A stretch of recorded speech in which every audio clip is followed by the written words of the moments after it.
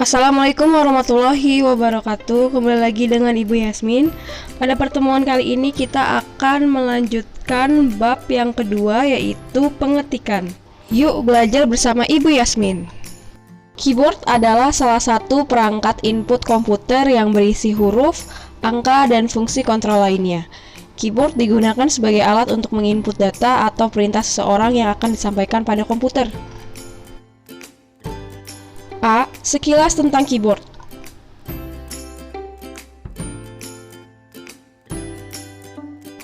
Maaf sebelumnya itu typo, harusnya Christopher Scholes pada tahun 1868 adalah orang yang mematenkan keyboard modern yang digunakan pada saat ini. Keyboard dalam bahasa Indonesia artinya papan tombol jari atau papan tombol. Jumlah tombol keseluruhan keyboard ada 104 tombol. 1. Perbedaan keyboard dengan mesin ketik. Keyboard mempunyai kesamaan bentuk dan fungsi dengan mesin ketik. Perbedaannya terlihat dari hasil output atau tampilannya. Pada mesin ketik, kita tidak dapat menghapus atau membatalkan apa-apa saja yang sudah diketik. Dan setiap huruf atau simbol yang kita ketikkan, maka hasilnya langsung kita lihat pada kertas. Pada keyboard, hasil yang kita ketikkan atau keluarannya dapat kita lihat di layar monitor terlebih dahulu. Kemudian kita dapat memodifikasi atau melakukan perubahan-perubahan bentuk tulisan. 2. Jenis-jenis keyboard. Keyboard dihubungkan dengan komputer menggunakan sebuah kabel yang terdapat pada keyboard. Ujung kabel tersebut dimasukkan ke dalam port yang terdapat pada CPU komputer. 1. Keyboard serial menggunakan DIN 5mm dan biasanya pada komputer tipe 80. 2. Keyboard PS2 biasanya digunakan pada komputer ATX dan saat ini yang paling banyak dipergunakan. Pemasangan keyboard tipe ini harus dilaksanakan dengan cermat sebab port yang dimiliki sama dengan port untuk mouse. Ketiga, ada keyboard wireless. Sesuai dengan namanya, keyboard tipe ini tidak menggunakan kabel sebagai penghubung antara keyboard dengan komputer. Jenis koneksi yang digunakan adalah infrared, Wi-Fi, atau Bluetooth. Yang keempat, ada keyboard USB. Komputer terbaru saat ini sudah banyak yang mempergunakan jenis konektor USB yang menjamin transfer data lebih cepat. 3. Tombol-tombol pada keyboard. Keyboard memiliki perkembangan yang tidak terlalu pesat. Sejak ditemukan pertama kali, perubahan yang sering terjadi hanyalah penambahan beberapa tombol bantu yang lebih mempercepat pembukaan aplikasi program. Yang pertama ada tombol ketik atau typing case. Tombol ketik adalah salah satu bagian dari keyboard yang berisi huruf dan angka serta tanda baca.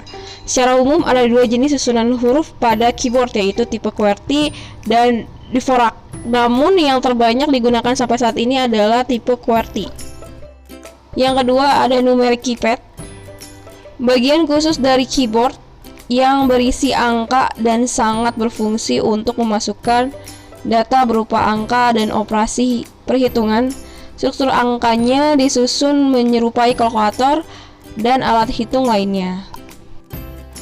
Yang ketiga ada tombol fungsi atau function case. Tahun 1986 IBM menambahkan beberapa tombol fungsi pada keyboard standar. Tombol dapat dipergunakan sebagai perintah khusus disertakan pada sistem operasi maupun aplikasi. Yang keempat ada tombol kontrol atau control case. Tombol ini menyediakan kontrol terhadap kursor dan layar. Tombol yang termasuk dalam kategori ini adalah 4 tombol bersimbol panah. Di antara tombol ketik dan numeric keypad, home, and insert, delete, backup, back down, control, dan alternate, dan Escape.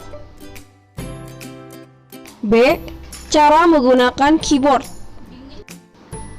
Dalam menggunakan keyboard, ada baiknya mengikuti nasihat Stephanie Brown, seorang pendidik plano asal Amerika. Dalam majalah Her World, Stephanie memberi 5 petunjuk untuk diterapkan saat Anda mengetik pada keyboard, yaitu sebagai berikut.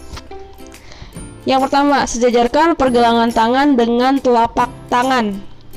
Kita bisa lihat juga di sebelah kanan ada gambarnya. Usahakan pergelangan tangan selalu sejajar dengan telapak tangan dan lemaskan pergelangan tangan seperti mengambang, tetapi tidak tegang.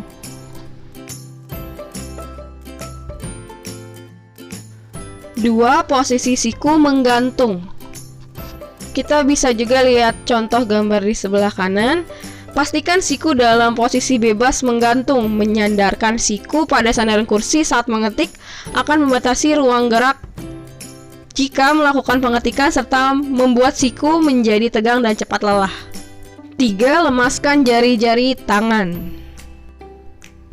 Ya, kunci dalam mengetik agar tidak cepat lelah adalah melemaskan seluruh jari tangan sehingga tidak kaku dan tidak tegang. 4. Tekan tuts dengan tenang. Tekan tuts dengan tenang dan rileks. Jangan menekan tuts dengan sekuat tenaga karena mengetik bukan memukul tuts. Bisa dimengerti ya maksudnya apa? Terakhir, nomor 5, bila tidak sedang mengetik, lemaskan keseluruhan tangan.